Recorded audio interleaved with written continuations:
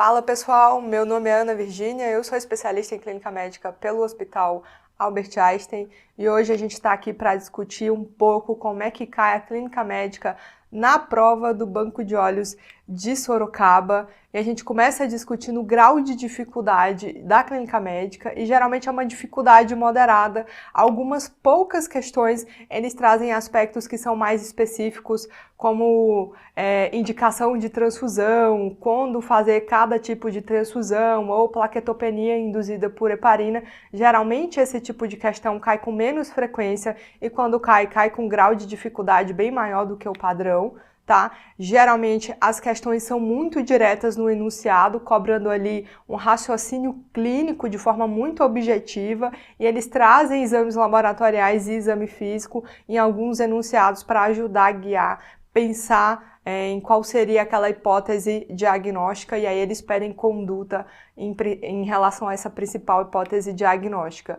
Uma outra coisa é que nos últimos 5 anos a gente vê que existe um padrão bem consistente na forma de cobrar, na forma de exigir conhecimentos. Então, o BOS é uma prova que gosta bastante de assuntos que são muito comuns na prática da clínica médica, como a gente vai ver do tipo diabetes, hipertensão, doença renal crônica, ajuste medicamentoso, as tireoidopatias caem bastante, então são assuntos que a gente vê muito no dia a dia e que a prática clínica, a prática lá do internato, a prática do atendimento médico acaba ajudando bastante na hora de manejar essas questões. E uma outra coisa é que é uma prova que não gosta muito de trazer questões com imagem, pelo menos não trouxe muita imagem nos últimos 5 anos. O que a gente mais viu ali foi a cobrança realmente do eletrocardiograma, tanto associado a distúrbios hidroeletrolíticos, como nos protocolos ali do ACLS, tá? E aí, nos meus dicas e apostas,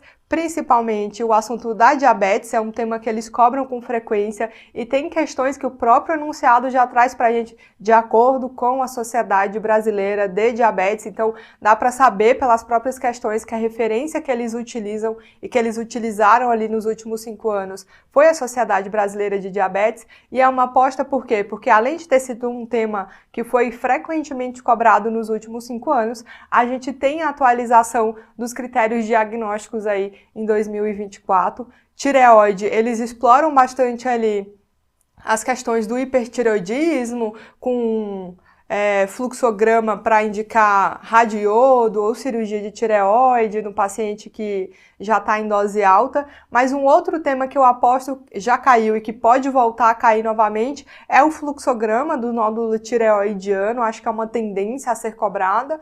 Distúrbios hidroeletrolíticos, principalmente a hiponatremia, e eles têm um padrão de cobrança dessa hiponatremia para a gente associar a causas clínicas, e da mesma forma quando a gente pensa em distúrbios ácido-básicos, de longe a preferência deles por acidose metabólica, então a gente tem que obrigatoriamente saber calcular onion gap para diferenciar a acidose metabólica hiperclorêmica da acidose metabólica com onion gap elevado, e tem que saber calcular a PCO2 esperada para saber se há um distúrbio misto ou não.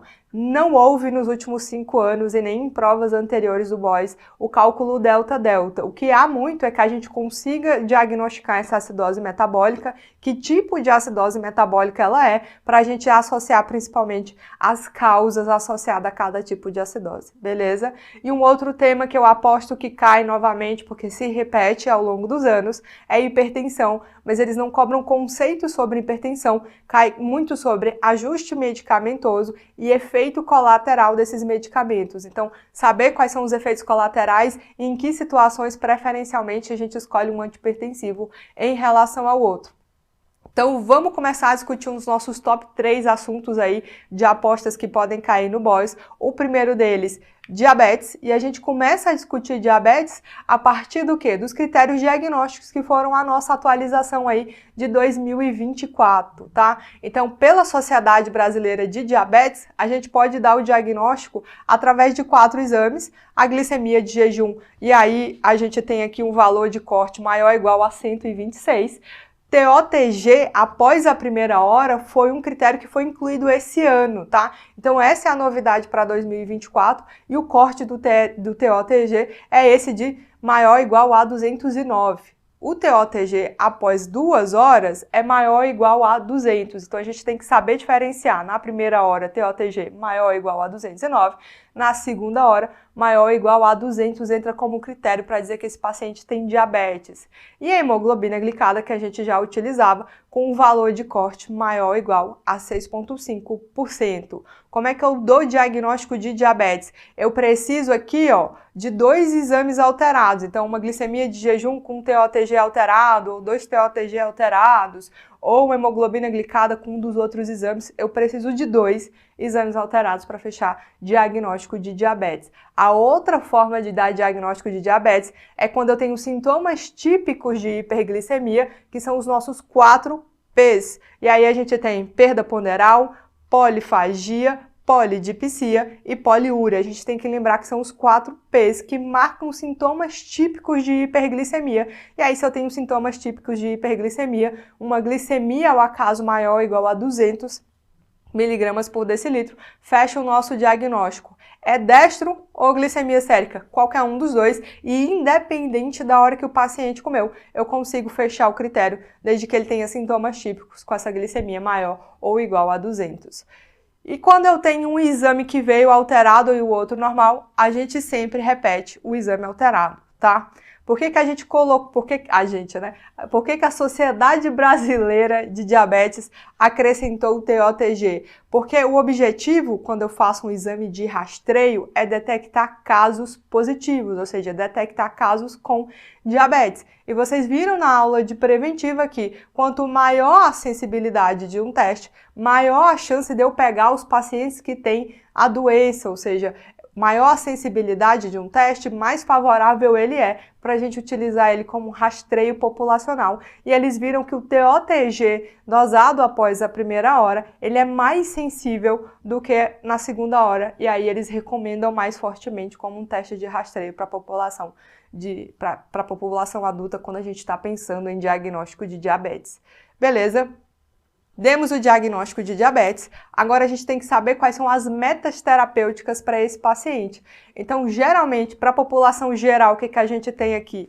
Uma hemoglobina glicada menor do que 7 é a meta terapêutica para a população geral. Quando eu tenho um idoso saudável, um idoso que é funcional, ele não tem tantas comorbidades, está ali fazendo sua atividade física, ele tem uma independência para as atividades básicas e instrumentais da vida diária, a gente utiliza uma hemoglobina glicada de alvo menor do que 7,5, tá? Quando eu tenho um idoso comprometido, ou seja, um idoso que começa a ter mais comorbidades, então ele tem uma artrite reumatoide, ele tem uma insuficiência cardíaca, ele tem depressão, ele tem uma doença renal crônica não dialítica, ele tem um evento isquêmico prévio, a gente começa a colocar essa hemoglobina glicada para um alvo menor do que 8,5%. E quando o idoso ele é muito comprometido, a gente nem tem alvo de hemoglobina glicada para ele. Por quê? Porque nessas duas situações, o que eu quero evitar é hipoglicemia. Hipoglicemia aumenta o risco de queda no idoso. E se eu aumento o risco de queda, eu aumento o risco de gerar prejuízos funcionais ainda maior, porque ele pode fraturar o fêmur, o quadril, isso deixa aquele idoso muito mais debilitado. E o que é um idoso muito comprometido? Um idoso que já tem doenças em estágios muito avançados e terminais, então um câncer com metástase, uma doença renal crônica que seja dialítica, um paciente com insuficiência cardíaca que já é um NIRA4, ou seja, ele é muito sintomático, um DPOC O2 dependente. Então, quando eu tenho doenças crônicas aqui já num estadio muito avançado, eu falo que esse idoso é muito comprometido e aí eu não tenho alvo de hemoglobina glicada para ele, o objetivo é evitar hipoglicemia. Então, a gente deu o diagnóstico, viu quais são as metas terapêuticas, e aqui a gente vai entrar na parte que o Boyce gosta de cobrar bastante, que são os hipoglicemiantes, quais são as opções terapêuticas para o além da insulinoterapia que a gente pode utilizar nesses pacientes, e é importante saber o mecanismo de ação desses medicamentos, porque o Boyce cobra nas questões como é que a gente faz, quais são os principais ações de cada medicamento, os efeitos colaterais e quais são as limitações de acordo com a função renal. Então a gente começa a discutir os que diminuem a resistência periférica à insulina, e aqui o mais famosinho de todos, A metformina, que é uma biguanida, ela atua diminuindo a resistência periférica à insulina e a diminuição de produção hepática de glicose, tá? Geralmente, ela é a primeira escolha para início de tratamento, a gente começa a metformina no Brasil, tá? Geralmente fora você pode escolher outros medicamentos que têm um arsenal e tem mais benefícios do que ela, mas aqui no Brasil, primeira opção terapêutica costuma ser a metformina. Ela diminui peso e diminui eventos cardiovasculares, e ele pode ser utilizado para prevenção do diabetes tipo 2 no paciente que já tem pré-diabetes, tá? E aí o cuidado que a gente tem que ter nas provas, que eles cobram principalmente. Metformina está associada a risco de acidose lática, ou seja, acidose com anion gap elevado, principalmente no paciente que já tem disfunção renal, e deficiência de vitamina B12, tá? Ele causa hipovitaminose de B12, a metformina. E a gente tem que lembrar na metformina que ela é totalmente contraindicada quando eu tenho uma taxa de filtração glomerular menor do que 30 e quando eu tenho uma taxa de filtração glomerular entre 30 e 45, a gente reduz a dose para uma dose máxima de 1 grama dia, ou seja, 500 miligramas de 12 em 12, e faz um controle rigoroso dessa função renal. Isso a gente precisa saber de cor da metformina, porque aparece não só na prova do BOS, mas pode aparecer em outras provas que gostam de cobrar mecanismo de ação, efeitos colaterais e limitações do uso dos antidiabéticos, tá? Um outro medicamento que reduz a resistência à insulina, a gente tem as glitazonas, que vão reduzir a resistência periférica à insulina, principalmente no músculo, nos adipócitos e hepatócitos. O grande representante aqui a gente tem a pioglitazona, que hoje em dia é pouco utilizada na prática. Ela tem benefícios em reduzir triglicerídeos e ela também tem benefício em reduzir esteatose hepática, em reduzir gordura do fígado. Então tem um benefício ali off-label no paciente que tem diabetes e tem esteatose hepática. Não há respaldo científico que corrobore esse benefício, mas na prática a gente vê que as pessoas acabam indicando por esse efeito ali de reduzir gordura hepática. Cuidados com a pioglitazona que aparece na prova. Primeiro deles, não utilizar em paciente que tem risco de queda e osteoporose porque ele aumenta risco de fratura. Segundo, faz retenção hídrica, edema, então eu contraindico pioglitazona no paciente com insuficiência cardíaca aqui, ó, já uma classe 3 ou 4, tá? E ela pode fazer ganho ponderal, muito associado também à retenção hídrica, beleza? Indo para o secretagogos, o que mais cai na prova de longe são as minhas sulfonilureias. Elas fazem um aumento da secreção basal de insulina durante o dia inteiro, ou seja, não depende da alimentação do meu paciente. E os grandes representantes, glibenclamida e glicazida, tá? Risco aqui, principalmente em paciente idoso, de hipoglicemia e ganho ponderal, assim como a metformina, são contraindicados quando a gente tem uma taxa de filtração glomerular menor do que 30. Então, cuidado com o secretagogo em paciente idoso pelo risco de hipoglicemia, tá? Outra classe de secretagogo, a gente tem as glinidas, que basicamente a gente não ouve mais falar no dia a dia, que é a repaglinida e a natiglinida.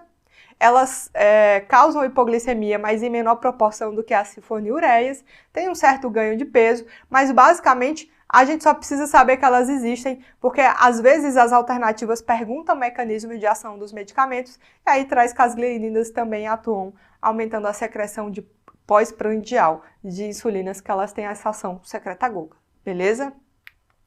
Seguindo aí, a gente começa a entrar aí no alto padrão dos medicamentos para diabetes, o principal deles aí na classe dos incretinomiméticos análogos do GLP-1, eles vão aumentar a secreção basal de insulina, ou seja, uma função parecida com a dos secretagogos. Só que aqui eu só aumento a secreção de insulina quando o paciente come. Então, se o paciente está em jejum, eu não aumento, eu não estimulo a secreção dessa insulina. Ou seja, o risco de hipoglicemia com análogo do GLP-1 é muito menor. E aí, no mercado, eles são conhecidos como astidas, liraglutida, ezenatida e semaglutida, tá? Tem efeito colateral importante por retardar o esvaziamento do trato gastrointestinal e diminuir toda a motilidade do trato gastrointestinal. Então, o paciente ele fica com uma saciedade precoce, isso reduz o apetite e, consequentemente, reduz a perda de peso.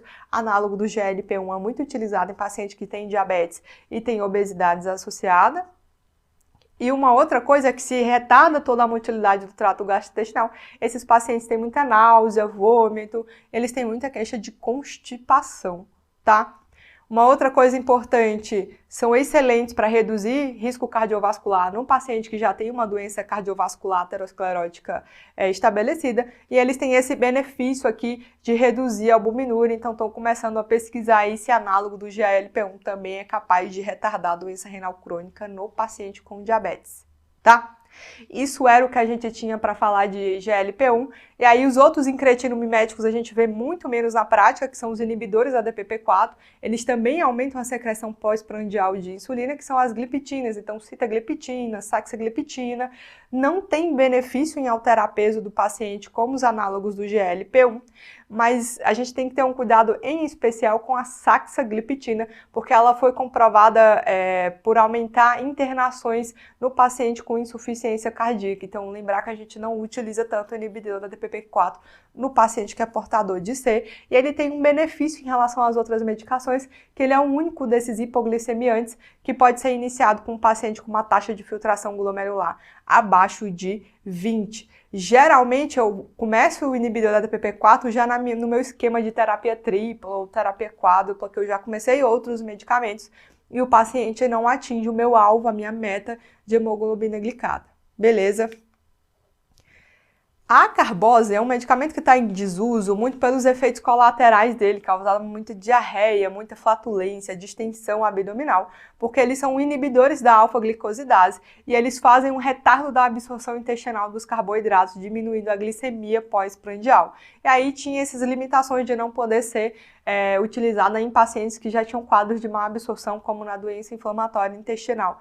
Isso aqui do meteorismo gerava muito constrangimento socialmente para os pacientes, então hoje está em desuso, mas vocês precisam saber qual é o mecanismo de ação, já caiu em própria questão do BOS, dando as alternativas do tipo, inibidor da DPP-4 faz isso, a carbose diminui a absorção intestinal dos carboidratos, então precisa saber o mecanismo de ação de todos esses antidiabéticos para ir para a prova do BOS, tá? Porque eles já cobraram isso mais de uma vez.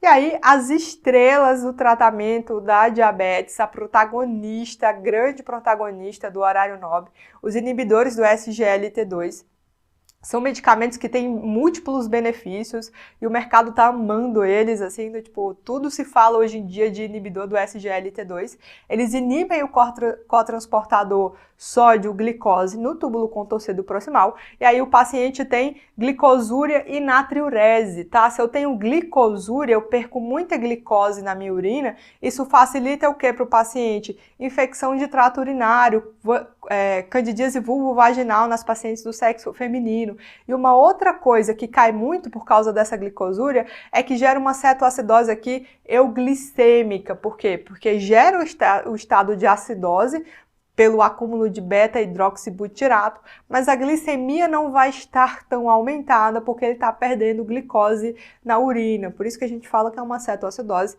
euglicêmica. O outro benefício desse medicamento é que eles fazem aqui, ó, natriurese. Se eu tenho natriurese, eu perco sódio e perco água na urina, isso diminui a volemia do paciente. E aí eu começo a ter benefícios cardiovasculares, reduz eventos cardiovasculares, reduz hospitalização por descompensação da IC, reduz, olha que mágico, reduz a albuminúria no paciente com nefropatia diabética. E se eu reduzo a albuminúria, eu retardo a progressão da doença renal crônica nesses pacientes, tá? Uma coisa que a gente tem que lembrar é que para iniciar a empaglifosina ou a dapaglifosina, a gente precisa de uma taxa de filtração glomerular aqui maior do que 20, tá? Mas se a taxa de filtração, o paciente está em uso da empaglifosina ou da dapaglifosina, e a taxa de filtração glomerular cai para 15 ou para 10, a gente pode manter esses medicamentos sem nenhum problema. A grande questão aqui é que eu preciso iniciar obrigatoriamente com uma taxa de filtração glomerular maior do que 20, beleza? E aí, só para a gente fechar o tratamento de diabetes em relação aos hipoglicemiantes, eu vou sumir da tela e aí vocês vão seguir a minha voz conforme o fluxograma, tá? Então, geralmente a gente tem pacientes assintomáticos que não têm complicações cardiovasculares ou renais e a gente vai guiar o tratamento desses pacientes conforme a hemoglobina glicada deles. Então, começa ali pela hemoglobina glicada menor do que 7,5. Se o paciente está assintomático, a gente pode só iniciar a metformina para ele e a gente reavalia a hemoglobina glicada glicada após 3 meses. Se essa hemoglobina glicada está acima da meta, ou seja, está acima do que 7,5% para a população de idosos saudáveis ou maior do que 7% para a população adulta, a gente começa a terapia dupla, ou seja, a gente vai manter a metformina e vai adicionar um novo antidiabético, e aí esse novo antidiabético vai depender das condições desse paciente. Ele tem condições financeiras de pagar um inibidor da DPP-4, um análogo da GLP-1, um inibidor do SGLT2? Se não, geralmente a gente vai para a opção que tem no posto de saúde, que geralmente são os secretagogos, então uma glicazida, uma glibenclamida, tá?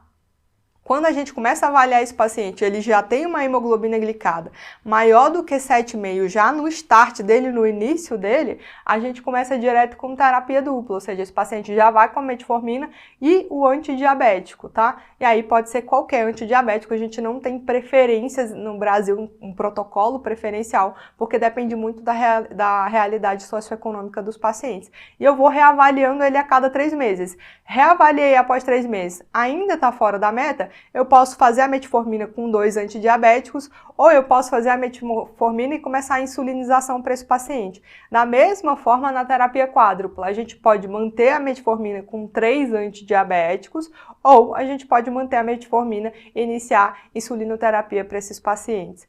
Agora, a última parte do fluxograma é quando eu vou avaliar um paciente que já tem uma hemoglobina glicada maior do que 9. Quando ele tem uma hemoglobina glicada maior do que 9, o esquema preferencial é utilizar metformina mais insulina, mas não está errado a gente começar a terapia tripla, certo? Com metformina e 2 antidiabéticos. Vejam que a metformina está nos 2 esquemas, ou pode ser com a terapia tripla, ou pode ser com a insulina. Geralmente, na realidade da prática da clínica médica, é a metformina com a insulina. Beleza? Isso para pacientes assintomáticos. Quando eu estou falando de paciente sintomático, a coisa muda. Por quê? Paciente sintomático é um paciente que tem aqueles sintomas típicos de hiperglicemia que a gente viu no começo da aula. Então, ele tem perda ponderal, ele tem poliúria, ele tem polidipsia, ele tem polifagia. E aí, se ele tem uma hemoglobina maior do que 9%, ou uma glicemia ao acaso maior ou igual a 200 mg por decilitro, com sintomas típicos de hiperglicemia, qual é o meu medo aqui? Que esse paciente evolua para uma emergência hiperglicêmica, ou seja, que ele faça um estado hiperglicêmico hiperosmolar, ou que ele faça, que a gente vê mais na prática, uma cetoacidose diabética. Então, obrigatoriamente para esse paciente que está sintomático e tem uma HB glicada maior do que 9 ou uma glicemia ao acaso maior ou igual a 200, eu começo terapia com metformina. Eu começo terapia com insulina e eu posso associar ou não a metformina. Isso quer dizer que esse paciente para todo sempre agora vai usar insulinoterapia? Não. Eu começo a insulinoterapia de forma imediata porque ele está com sintoma de hiperglicemia e meu medo é que ele evolua para uma emergência hiperglicêmica. Aí depois que eu estabilizo esse paciente com insulina, que pode estar associado ou não à metformina, eu posso avaliar, manter esse paciente com terapia dupla com a metformina e um outro antidiabético, ou seja, eu posso dar alguns passos para trás em relação ao tratamento desse paciente. Mas paciente sintomático, com hemoglobina glicada maior do que 9, ou glicemia ao acaso maior ou igual a 200 mg, é igual a terapia com insulinização. Beleza? Era isso que a gente precisava saber do tratamento de diabetes. E agora a gente vai começar a discutir um outro tópico importante para a prova do BOIS, que é o nódulo tireoidiano. E toda vez que a gente está diante de um nódulo tireoidiano, a nossa investigação começa com a dosagem do TSH. Se eu tenho um TSH que está baixo, isso começa a direcionar o meu pensamento para situações em que eu tenho hipertireoidismo. Mas eu só consigo saber isso se eu fizer uma cintilografia de tireoide. E aí eu fazendo uma cintilografia de tireoide e eu tenho um nódulo hipercapitante, ou seja, um nódulo quente, eu vou investigar e tratar como hipertireoidismo, dificilmente um nódulo maligno de tireoide, ele é hiperfuncionante, tá? Então, quando eu tenho um nódulo hiperfuncionante, eu penso em hipertireoidismo, num adenoma tóxico, num bócio multinodular tóxico, é isso que eu vou investigar. Agora, eu fiz a cintilografia e veio um nódulo hipocapitante, ou seja, um nódulo frio, eu vou seguir a investigação dele da mesma forma que eu sigo a investigação quando o meu TSH está normal ou aumentado, com ultrassom de tireoide. O ultrassom vai avaliar as características desse nódulo para saber se eu tenho necessidade de puncionar ou não, ou seja, de fazer PAF ou não. E aí a gente tem duas escalas que vão avaliar esse nódulo, o ATS e o T-RADS. O ATS, olha que coisa grande, né? São muitas características, mas principalmente a gente colocou aqui, ó, no cabeçalho, que são características de riscos. Principal característica que aparece na prova, nódulos hipoecóicos. Hipoecóico me assusta e geralmente me faz pensar em puncionar, mas pode ter microcalcificações, margens irregulares, um nódulo que ele é mais alto do que largo, quando eu tenho um comprometimento, eu tenho uma extensão extratireoidiana. Aí você olha e fala assim, poxa, mas tem que decorar essa tabela inteira. Vê que o que está de vermelhinho já fala sobre características hipoecóicas. No amarelo tem muitas características, isoecóico, hiperecóico, espongiforme. A gente vai simplificar isso para uma tabela mais Medway. Mas, basicamente, hipoecóico a gente vai puncionar porque é alto risco e nódulo cístico é um nódulo completamente benigno, a gente não precisa puncionar ele. Simplificando essa tabela, a gente deixa de que forma? Geralmente, hipoecóico maior ou igual a 1 centímetro, a gente punciona. Iso ou hiperecóico ou parcialmente cístico, a gente vai puncionar aqui, ó, quando for maior ou igual a 1,5 centímetros, tá? Geralmente espongiforme ou parcialmente cístico, quando for maior ou igual a 2 centímetros, e o puramente cístico, a gente nunca punciona. Uma outra classificação que é muito utilizada é o T-RADS. O T-RADS tem várias coisas que utiliza, hipoecóico, isoecóico, nódulo sólido, parcialmente cístico, totalmente cístico, margens delimitadas, bem definidas, irregulares. São várias características que vale a pena bater o olho, mas basicamente as características vão pontuar o T-RADS de 1 a 5 e geralmente T-RADS 1 e 2 a gente não punciona. O T-RADS 3, se ele tiver uma suspeita, mesmo que seja leve, de malignidade, a gente punciona. Se for maior ou igual a 2,5 centímetros, o 4 e o 5 são nódulos que têm maior risco para malignidade. Então, o 4 a gente punciona se for maior ou igual a 1,5 e o 5 quando ele é maior do que 1 centímetro. Por quê? Porque as características de malignidade do 5, ou seja, 35% de chance de ser maligno, então a gente pode puncionar num nódulo menor ali de 1 centímetro ou mais. Então, a gente precisa saber principalmente quais são as características de risco, nódulo hipoecóico, microcalcificações, altura maior do que a largura, extensão extratireoidiana, tá? As margens mal delimitadas, sabe? Como se o nódulo não tivesse limites, tá bom? E aí, só desculpa, eu passei aqui rapidinho.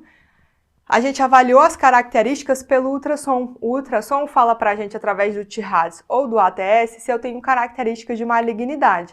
Avaliei essas características, geralmente eu posso já confirmar aqui, ó, que o paciente que tem um nódulo menor do que 1 centímetro, a gente não punciona. E quando eu não tenho indicação, ou seja, que é baixo risco, a gente faz acompanhamento ultrassonográfico desse nódulo.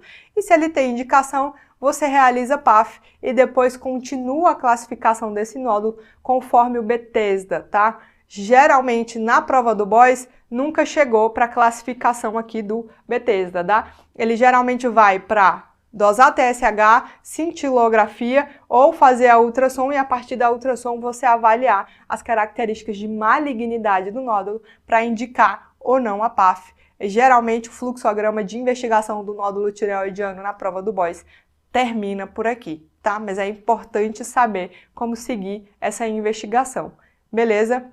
E aí, um outro assunto que cai bastante no banco de olhos de Sorocaba, hiponatremia, um assunto que a maioria das pessoas não gosta, mas para a gente entender hiponatremia, a gente tem que entender como funciona a osmorregulação, e ela funciona através do soluto. O que é um soluto? É uma quantidade de uma substância que está dentro de um meio líquido, e o soluto, ele é osmoticamente ativo, ou seja, ele é capaz de puxar água em direção a ele. Então, como é que funciona? No meio extracelular, ou seja, no meu meio intravascular, o principal soluto osmoticamente ativo é o sódio. E no meu intracelular, o meu principal soluto osmoticamente ativo é o potássio. Como é que funciona esse equilíbrio? Se eu aumento a quantidade de soluto dentro do meu intravascular, a quantidade do intravascular fica hiperosmolar. A água, ela sempre tenta se deslocar de um meio menos concentrado para o meio mais concentrado. Então, o intravascular aumentou a concentração, a água vai sair de dentro da célula para o intravascular, fazendo com que a célula fique mais murchinha, tá? E quando eu faço o contrário, quando a minha concentração de soluto aumenta dentro do meu intracelular, a água vai sair do meu intravascular para o intracelular, fazendo com que a célula fique mais inchadinha, tá? Tentando diluir essa concentração. Então, a gente tem um equilíbrio osmótico que vai tentar manter as concentrações do intra e do extravascular e do extracelular de formas mais igualitárias, tá? E aí, se a gente entende o mecanismo de osmorregulação, a gente precisa entender a osmolaridade plasmática. A definição normal do valor normal dela é de 275 a 295. Como é que eu calculo essa osmolaridade plasmática? É 2 vezes o sódio, mais a glicose dividido por 18, mais a ureia aqui dividida por 6. E aí a gente já começa a ver que o sódio está destacado não à toa, porque ele é o grande definidor da osmolaridade plasmática. Porque vê, se o valor normal do sódio é de 135 a 145, vamos pegar ali a meiuca de 140. 2 vezes 140 dá 280. Ou seja, praticamente o valor normal sozinho da osmolaridade plasmática é dependente do sódio. E a partir disso eu começo a entender que se eu tenho alterações do nível sérico do sódio, obrigatoriamente eu tenho alterações da osmolaridade plasmática desse paciente. Então a gente entende que o sódio ele é o grande definidor da osmolaridade. 2 situações para a gente entender como isso acontece fisiologicamente. Quando eu tenho hipernatremia, eu aumentei a quantidade de soluto no meu intravascular. Então, meu intravascular está mais concentrado do que o meu meio intracelular. Então, a água, ela sai de dentro da célula para tentar diluir o intravascular. E aí a célula fica pequenininha assim, ó, a célula murcha, principalmente neurônios. Sódio está muito associado a alterações neuronais. Então a minha célula fica pequenininha, ela fica murcha por causa de uma hipernatremia, aumentando ali a minha osmolaridade, aumentando a concentração do meu meio intravascular. Quando eu tenho uma hiponatremia, o contrário acontece, porque eu diminuí o principal soluto do meu intravascular e eu diminuo a osmolaridade, diminuindo a concentração do intravascular. E aí o que acontece? A água vai sair do meu meio intravascular, que é o meu meio menos concentrado, para o meio mais concentrado que é o dentro da célula, ou seja, a célula ela vai ficar grandona, inchadona, eu tenho um inchaço celular, que é isso que acontece nos edemas cerebrais. Eu tenho água saindo do meu intravascular para dentro do meu neurônio, o neurônio fica inchado, causando edema celular, tá? Isso era um dos passos principais para a gente começar a entender a hiponatremia. E aí a gente precisa entender a ação de 2 hormônios principais. O ADH, que é um dos grandes responsáveis pela osmorregulação, porque ele é um retentor de água livre. Ele é produzido no hipotálamo e secretado ali na neurohipófise. E eu tenho 2 estímulos principais para a secreção do ADH, que é a hiperosmolaridade ou a hipovolemia, tá? Como é que funciona o ADH? O ADH, ele é produzido e secretado pela neurohipófise, ele vai lá no meu ducto coletor e ele se liga nesse receptor V2, que é um receptor de vaptano. Quando ele se liga no meu receptor V2 de vaptano, ele estimula um comando que abre as aquaporinas do tipo 2, que são portas para passagem de água livre. Então, toda a água que deveria sair na urina, ela acaba sendo reabsorvida por meu intravascular, diluindo o meu intravascular e concentrando a minha urina, porque a água livre que era para sair na urina acaba sendo reabsorvida para o intravascular. E aí, isso é muito importante para a gente entender como é que a gente vai mensurar a ação desse ADH. Por quê? Porque dosar ADH na prática ele é muito caro, mas a gente pode fazer isso de forma mais simples na prática clínica, que é mensurando a osmolaridade urinária. Por quê? Porque se eu tenho uma osmolaridade urinária maior do que 100, isso sugere que a minha urina está concentrada, sugere que o meu ADH está funcionando a todo vapor. Por quê? Porque se o ADH abriu as aquaporinas, está reabsorvendo água para o meio intravascular e a minha urina concentrou, tá bom? Agora, quando eu tenho urina diluída, osmolaridade menor do que 100, baixou a osmolaridade, a água que deveria ser reabsorvida para o meu intravascular não está sendo reabsorvida, está sendo perdida na urina, ou seja, o meu ADH não funcionou e as minhas aquaporinas não se abriram. Então, isso a gente consegue fazer uma avaliação indireta da ação do ADH, beleza? Um outro hormônio importante que a gente precisa saber é a aldosterona, que é um mineral corticoide produzido ali, secretado na zona glomerulosa da adrenal.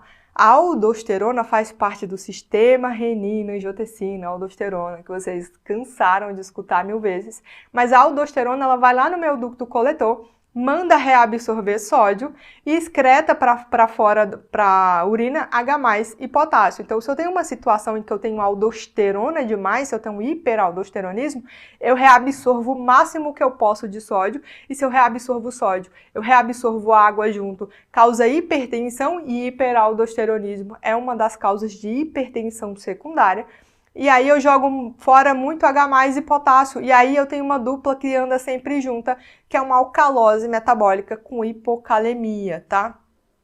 Nas situações que eu tenho hipoaldosteronismo, eu não reabsorvo o sódio, eu perdi o comando de reabsorver o sódio. E esse sódio ele vai ser perdido na urina, então o paciente pode ter hipotensão. E se eu não reabsorvo o sódio, eu não jogo fora o H+ e o potássio, então o paciente acaba desenvolvendo acidose metabólica mais hipercalemia, beleza? Entendendo a ADH e entendendo a aldosterona, a gente começa a entender o fluxograma de investigação da hiponatremia. Então, o primeiro passo, calcular a osmolaridade plasmática, 2 vezes o sódio, mais a glicose dividida por 18, mais a ureia dividida por 6. Algumas bancas podem pedir para a gente calcular a osmolaridade efetiva, que é simplesmente o mesmo cálculo, só que a gente tira a ureia, porque a ureia é um soluto osmoticamente ativo, assim, bem fuleiro, tá? Então, às vezes, para calcular a osmolaridade plasmática efetiva, a gente desconsidera a ureia, mas o enunciado tem que dizer isso para a gente, tá? E se eu sei que o sódio é o principal determinante, é o grande protagonista da osmolaridade plasmática, se o meu sódio cai, eu espero que a minha osmolaridade plasmática também caia. Então, eu espero que a maioria dos quadros de hiponatremia sejam todos hipoosmolar, ou seja, com osmolaridade plasmática abaixo de 275. Só que existem exceções para isso em 2 situações específicas. A primeira delas, o cálculo da osmolaridade plasmática também depende da glicose. Então, situações em que eu tenho emergências hiperglicêmicas, tipo cetoacidose, estados hiperglicêmicos, aumenta muito a glicose e eu posso até ter uma hiponatremia, mas o meu cálculo vai gerar uma osmolaridade plasmática alta por causa da hiperglicemia, tá? A outra situação é o estado de hiponatremia isoosmolar, ou seja, a osmolaridade plasmática está normal. Isso é um caso de pseudo-hiponatremia. Por que acontece? Alguns pacientes têm situações que têm hipertrigliceridemia ou hiperproteinemia, como no caso do mieloma múltiplo, e isso gera uma quantidade de informação para dentro do laboratório de triglicéridos muito altos, de proteínas muito altas, que não contém sódio. Então gera uma falsa leitura de que o sódio está baixo, mas ele não está baixo de fato, só foi uma leitura errada ali pelos parâmetros do laboratório, beleza? E aí, a nossa hiponatremia que realmente importa, a hipoosmolar, a que a osmolaridade plasmática está abaixo de 275. Calculei a osmolaridade plasmática, está abaixo de 275, o nosso segundo passo é avaliar a osmolaridade urinária. E aqui a gente vai classificar em 2 grupos, osmolaridade urinária baixa e osmolaridade urinária alta. Na osmolaridade urinária baixa, o que acontece? A gente acabou de ver no ADH, significa dizer que o meu ADH não está funcionando. Por que ele não está funcionando? Porque eu tenho condições fisiológicas, eu não tenho nenhuma doença, nenhuma patologia orgânica que gere uma ativação desse ADH de forma desnecessária. Eu vou explicar para vocês. Sempre que eu tenho uma diluição importante do meu sódio, ou seja, sempre que eu tenho muita água no meu corpo, o meu rim vai tentar compensar esse excesso de água, eliminando esse excesso de água através da urina. E para eu eliminar água na urina, o meu ADH não pode funcionar, de forma que a minha osmolaridade urinária fica baixa, porque a minha urina está diluída. Isso acontece em situações de pacientes psiquiátricos que têm polidipsia primária. Por quê? Porque eles bebem 6, 7, 8 litros de água por dia. Então, eu desativo o meu ADH para que eu consiga compensar esse excesso de água que ele bebeu, eliminando pela urina. Então, isso é totalmente fisiológico, uma resposta esperada. Na ressecção transuretral aqui de próstata, na RTU, o cirurgião às vezes lava a próstata demais com soro fisiológico, o organismo absorve esse excesso de soro fisiológico, dilui muito o sódio, e aí esse excesso de soro fisiológico vai ter que ser eliminado na urina, tá? Então é uma resposta compensatória. Da mesma forma que acontece no paciente etilista crônico, porque ele bebe, come pouco, e naquelas pessoas que fazem dietas ricas em líquidos e pobres em soluto, elas comem só torradas, tá? Que é a dieta do chá e da torrada. Então, você desliga o ADH para fazer uma urina diluída para diminuir esse excesso de água que acabou gerando essa hiponatremia. A outra forma que pode acontecer é quando eu tenho uma osmolaridade urinária maior do que 100, ou seja, alguma coisa está ativando o meu ADH e esse ADH está reabsorvendo água, e aí a gente precisa avaliar a volemia do paciente, que é o nosso terceiro passo no fluxograma da hiponatremia. E aí a gente entra no nosso terceiro passo da investigação. A gente viu osmolaridade plasmática, osmolaridade urinária. O terceiro passo é avaliar a volemia do paciente. E aí a gente classifica o paciente em hipovolêmico, normovolêmico e hipervolêmico. São as 3 classificações que assustam todo e qualquer aluno. Mas começando pela hipovolemia. Se eu tenho hipovolemia, eu tenho pouco sangue indo para o meu rim. Se o meu rim fica hipoperfundido, ele secreta renina e eu tenho ativação do sistema renina-angiotensina, aldosterona, tá? E aí, 2 situações podem acontecer. Uma situação em que o meu sistema renina-angiotensina-aldosterona está funcionando a todo vapor, e aí o meu sódio urinário ele é baixo, por quê? Porque se eu tenho hipovolemia, o rim está hipoperfundido e ele ativou o sistema renina-angiotensina-aldosterona, todo o sódio que está entrando nos meus rins, ele é reabsorvido para reabsorver junto com esse sódio água, de forma que o sódio urinário ele vai estar baixo, porque eu estou ávido por água, e se eu estou ávido por água, eu estou ávido por sódio, porque na hora que eu reabsorvo o sódio, eu puxo água junto, por isso que o meu sódio urinário está menor do que 20 e 30. E isso acontece em que situações? Situações que gerem desidratação, hipovolemia aí para o paciente, vômito, diarreia, paciente grande queimado, paciente na cirurgia que está com sonda nasogástrica aberta há muitos dias, hemorragias que levem à hipovolemia, tá? Então, esse sódio urinário é quando o meu sistema renina-angiotensina-aldosterona está funcionando a todo vapor. Por quê? Porque eu estou reabsorvendo sódio para reabsorver água.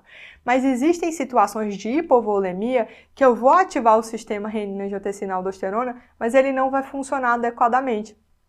E aí a principal que cai em prova, a síndrome cerebral perdedora de sal. Por quê? Porque esse sistema renina-angiotensina-aldosterona até está ativado, tentando compensar a hipovolemia. Mas aqui eu tenho a produção cerebral de BNP, que é o peptídeo natriurético cerebral, BNP. Tá? E aí o que o BNP faz? Ele vai lá e estimula a natriurese, por isso que o meu sódio urinário aqui, ele vai estar alto, porque ele tem secreção de BNP. Então aqui está até ativado, mas existe um mecanismo fisiopatológico que está atrapalhando o sistema renina-angiotensina-aldosterona, forçando uma secreção urinária de sódio, por isso o sódio urinário maior do que 40. Uma outra situação, insuficiência adrenal. Eu posso até ativar a renina e a angiotensina, mas eu não consigo ativar a aldosterona porque eu tenho deficiência de aldosterona na insuficiência adrenal primária, tá? Diuréticos e ATR do tipo 2 funcionam com um mecanismo semelhante da síndrome cerebral perdedora de sal, em que o sistema está ativado, mas eles estão estimulando a diurese do paciente a todo custo, a natriurese a todo custo, por isso o sódio urinário maior do que 40.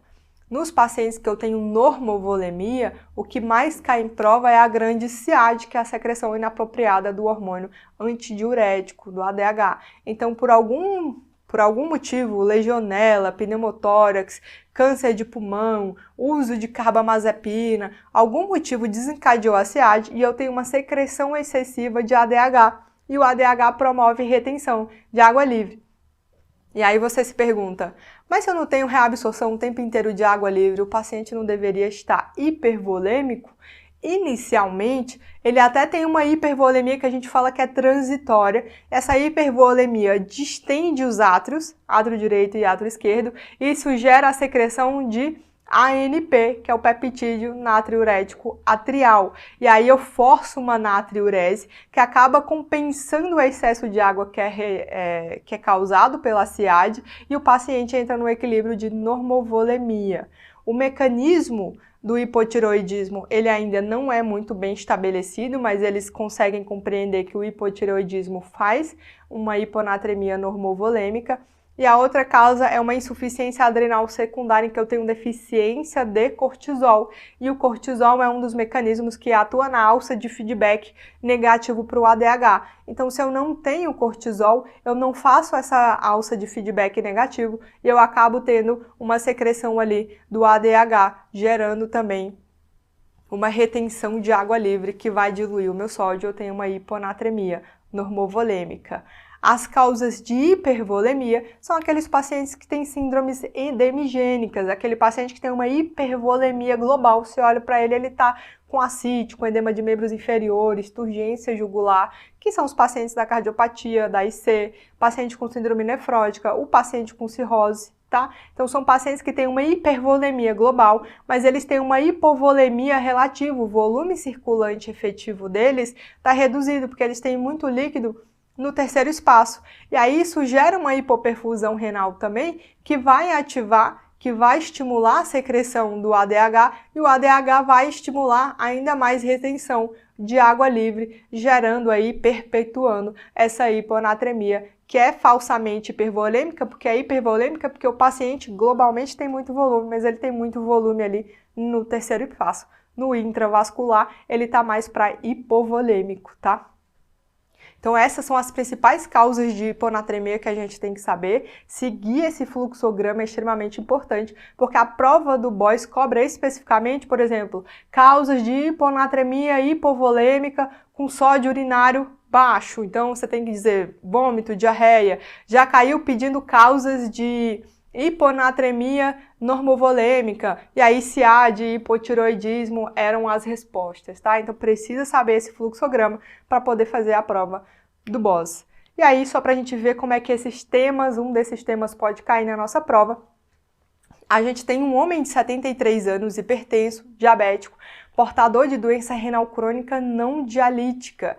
Ele compareceu no retorno ambulatorial para acompanhamento de comorbidades. Ele faz uso da metformina, que é uma biguanida, diminui resistência periférica à insulina, de glibenclamida, que é um secretagogo, tá? Estimula a secreção de insulina no período pós-prandial ali, e hidroclorotiazida, que é um antihipertensivo da classe dos tiazídicos. Ele está assintomático, no exame físico está consciente, orientado, ausculta cardíaca e pulmonar normal, com uma PA de 160 por 100, exames laboratoriais recentes com alterações relevantes, ele tem uma hemoglobina de 10,4, normocítica normocrônica, ele tem um paratormônio aumentado ali de 144, ele tem uma ureia de 70 e tem uma creatinina de 2,34, com uma taxa de filtração glomerular de 20, tem um potássio de 5,4, uma hemoglobina glicada de 9,4, o restante sem alterações. E ele pergunta pra gente, em relação ao tratamento de diabetes, assinale a alternativa correta. Então, a gente tem um paciente que está fora da meta, ele está 9,4, e ele tem uma doença renal crônica com uma taxa de filtração glomerular de 20. Então, na letra A diz, está indicada a correção da dose da metformina e da glibenclamida para o grau de disfunção renal. Está falso, quando a gente tem uma taxa de filtração glomerular abaixo de 30, está contraindicado o uso da metformina e está contraindicado o uso da glibenclamida, tá? A gente só ajusta a dose delas quando a taxa de filtração glomerular está entre 30 e 45, que no caso da metformina, por exemplo, a gente pode utilizar até uma dose de 1 grama dia.